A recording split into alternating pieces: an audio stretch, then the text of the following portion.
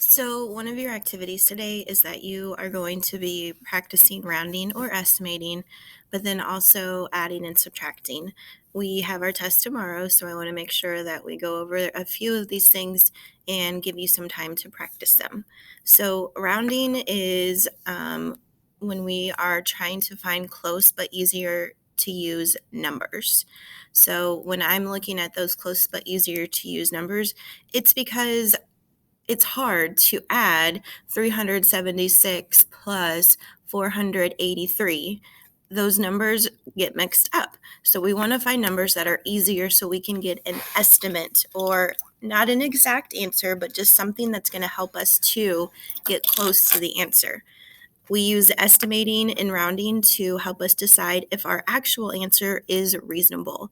So we're using rounding and estimating to help us to figure out if our answer makes sense. So if our actual answer is close to the estimate that we have, then we know that we are probably going to be correct. We use rounding or estimating to, we round or estimate to the nearest tens or the nearest hundreds place. So at the bottom of the page, I have a chart that has place value. So we know that the ones place is on the very far side. So if I have 5 ones, it's just 1, 2, 3, 4, 5. If I have a 3 in the tens place, that means that I have 3 tens. So that is 10, 20, 30. If I have a 4 in the hundreds place, that means I have 4 hundreds, 100, 200, 300, 400. And it goes on with the thousands and the 10,000s.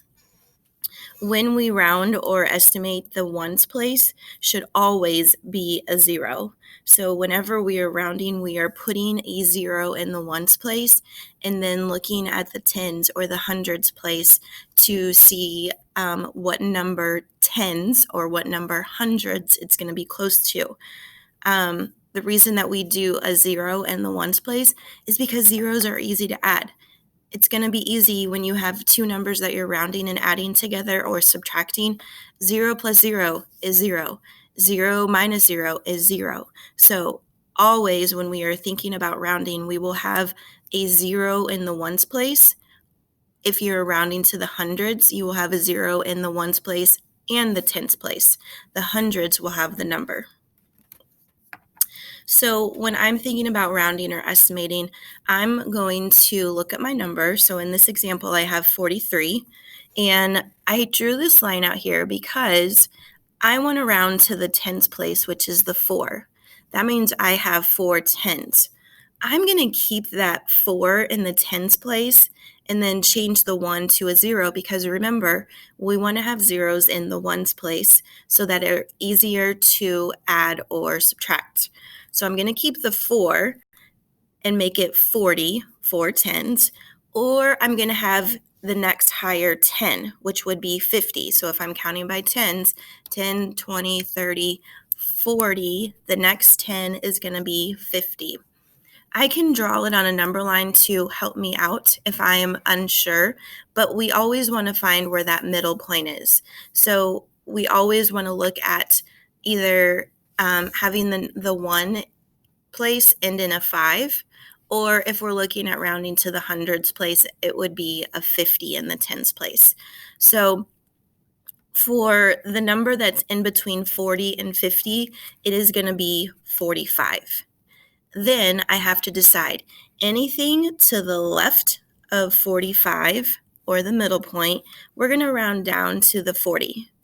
Anything that is to the right of 45, including 45, we're going to round up to 50. So a lot of times you will hear people say, are you going to round up or are you going to round down? If I round down, my number is closer to 40. If I round up, my number is closer to 50. So if I were to put 43 on my number line, I would say here's 41, here's 40, 41, 42, 43, 44, and then 45. 43 is right here. So I know that 43 is to the left of 45, so I'm going to round down to 40. When I round 43, I'm going to round it to 40.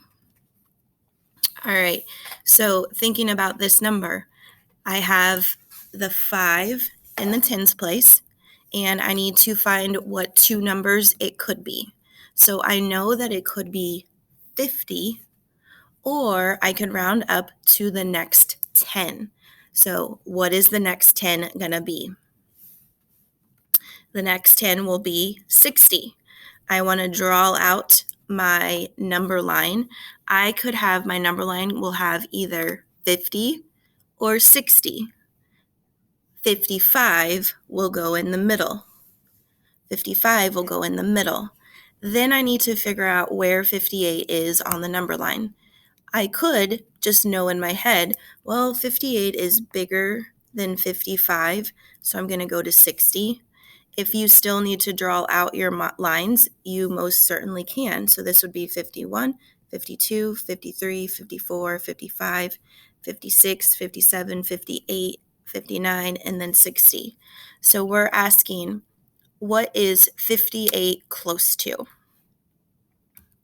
You should have said that 58 is close to 60. All right, now we still are rounding to the nearest tens, only we have a number that has 3 digits. It goes to the hundreds place. So I'm still going to look at my tens place. I'm going to make my 2 a 0, and I'm just going to keep my hundreds place and my tens place. So I'm going to keep everything to the left of where I'm rounding. Since I'm rounding to the tens, I'm going to keep the 2 and the 6. So that is why I will have my number 262 could be close to 260, or the next higher 10 would be 270. On my number line, I have 270, 260, 270. Right in the middle is going to be 265. Again, that 5 is in between those two tens. So thinking about this, am I going to round 262 to 260 or 270? I'm going to fill out my number line and say 271, 272, 273, 274, 275. Right here is 272, so I'm going to round down to 270. Looking at 250 or 588, I am still rounding to the nearest tens place. So I know that I'm going to keep the 8 because that's my 10. And I'm also going to keep the hundreds, everything to the left of it. And my 8 becomes 0. So my first number could be 580. What would my next higher 10 be? The next higher number would be 590. On my number grid, I have 580, 590. Right in the middle is that 585. What would I round 588 to? I could fill out my number line: 581, 582, 583, 584, 585, 586, 587, 588, 590. Right here is 580. It is to the right of my 585, so I'm going to round 588 to 590. All right, now we're going to shift from rounding to the tens to rounding to the hundreds place. So this time I am looking at the hundreds place, and the 5 is in this number, 541. That's the hundreds. I don't need to worry about my tens or my ones, so my first number that it could be is 500. Then I want to look at the next higher hundreds, because remember, I'm underlining or I'm rounding to the hundreds place. So 500, the next 100 would be 600. On my number line, I have 500 and 600. Halfway between 500 and 600 is 550. That is the middle. Everything to the left is going to be rounding down to 500. Everything to the right of 550 is going to round up to 600. Anytime we are rounding to the hundreds, my middle point will be 550. So I'm not going to make out 100 little lines on my number line, but I can mark out by tens. So if this is 500, here's 510, 520, 530, 540, 550, 560, 570, 580, 590, 600. So my number is 541. Well, here's 510, 520, 530, 540. It's going to be right after the 540, somewhere right here. So it is to the left of 550, or it is smaller than 550. So I'm going to round to 500. Thinking about 782, I'm going to keep my hundreds place, and then I'm going to think about the next higher 10. Actually, it should be the next higher 100. So 700, what's the next higher 100? You should have said 800. So my two numbers on the number line are 700 and 800. Right in the middle is going to be 750. Again, I'm going to count by tens, and I'm going to look for when I get to 780.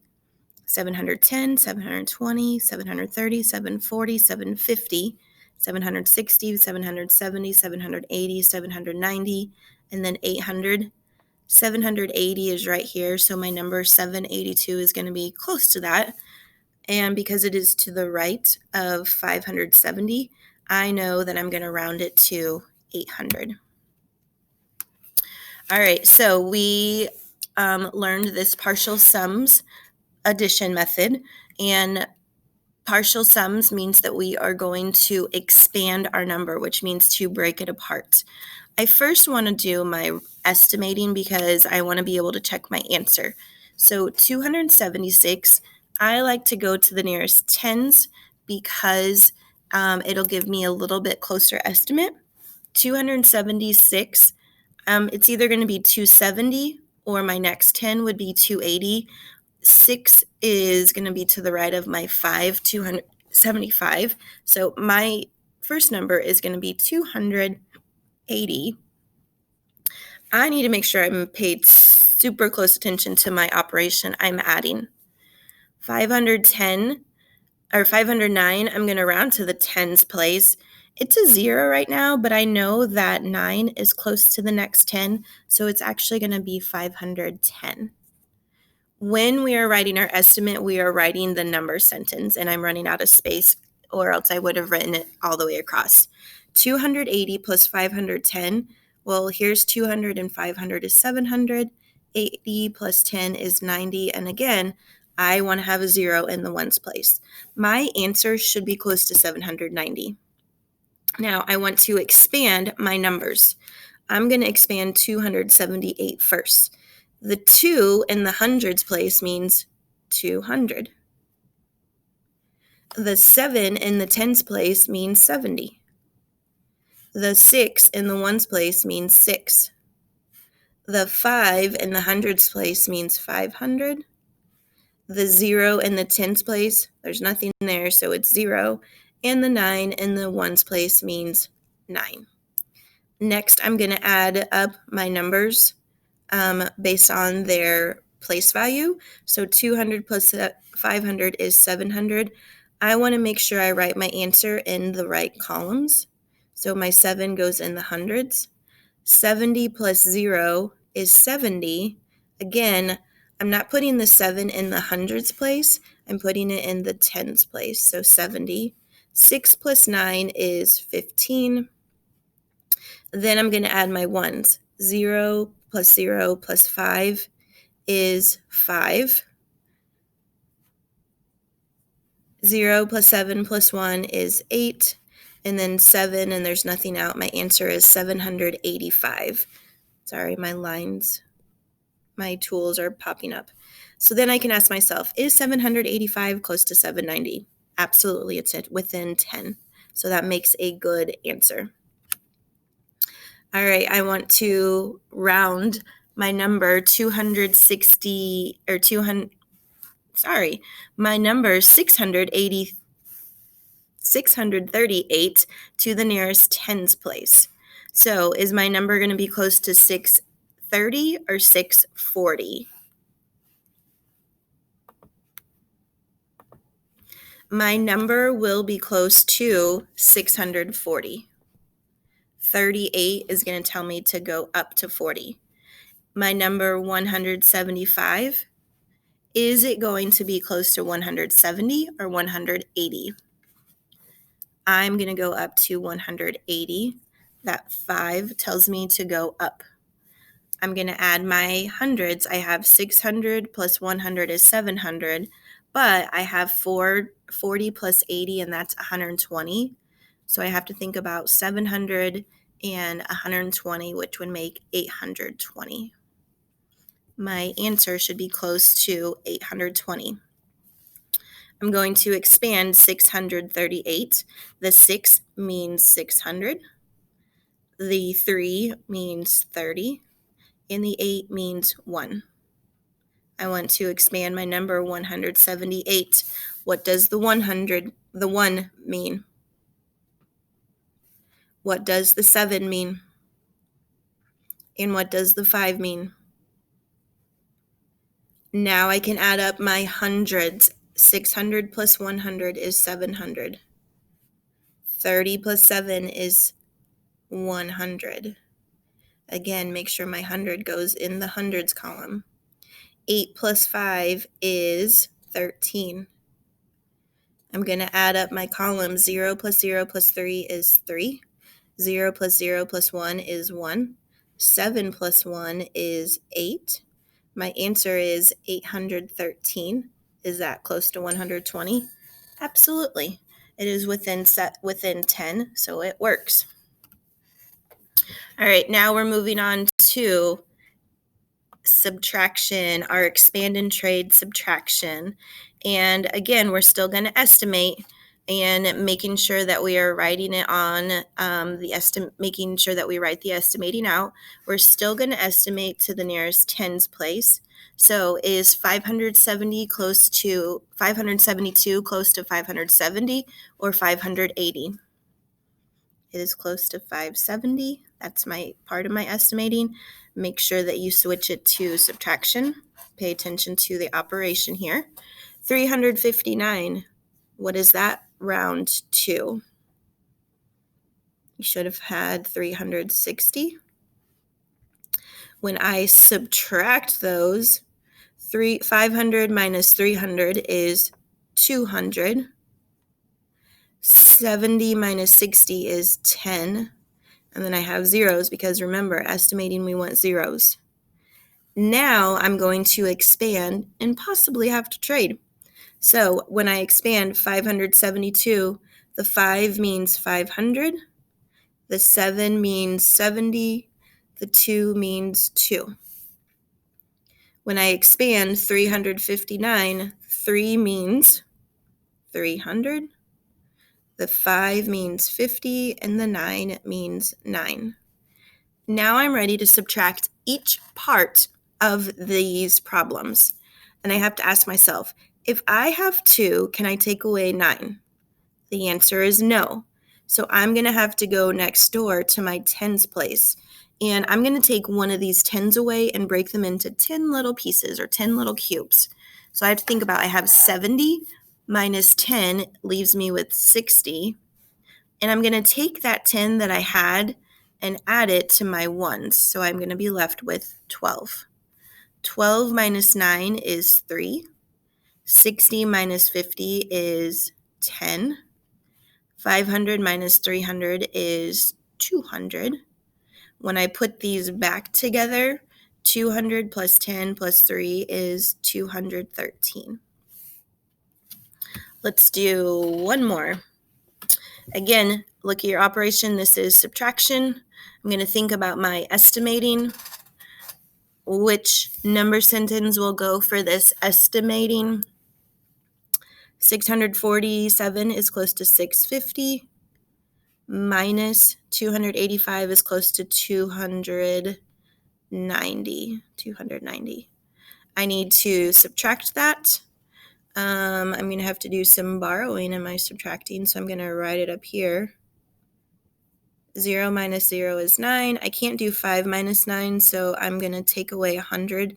That's going to leave me with 500s, and then I'll have 150 Tens, that's going to leave me with 6. And 500 minus 200 is 300. So my estimate is going to be 650 minus 290 equals 360. Now I'm going to expand. How do I expand 647?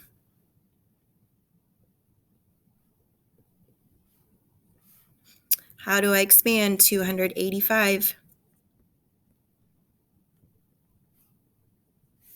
Okay.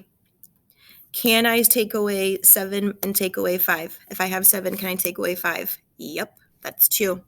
If I have 40, can I take away 80? No. I'm going to take one of these hundreds away, and that's going to leave me with 500. I have to add that 100 to my tens, though, and it's going to leave me with 140.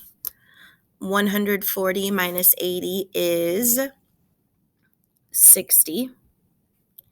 500 minus 200 is 300. When I put them back together, my answer will be 362. Is that close to my estimate? Absolutely. If you are still struggling with these problems, have your parents give you some problems and practice working them out. Practice your rounding. Practice using one of the mats. I sent you a Jamboard that has the mats on that.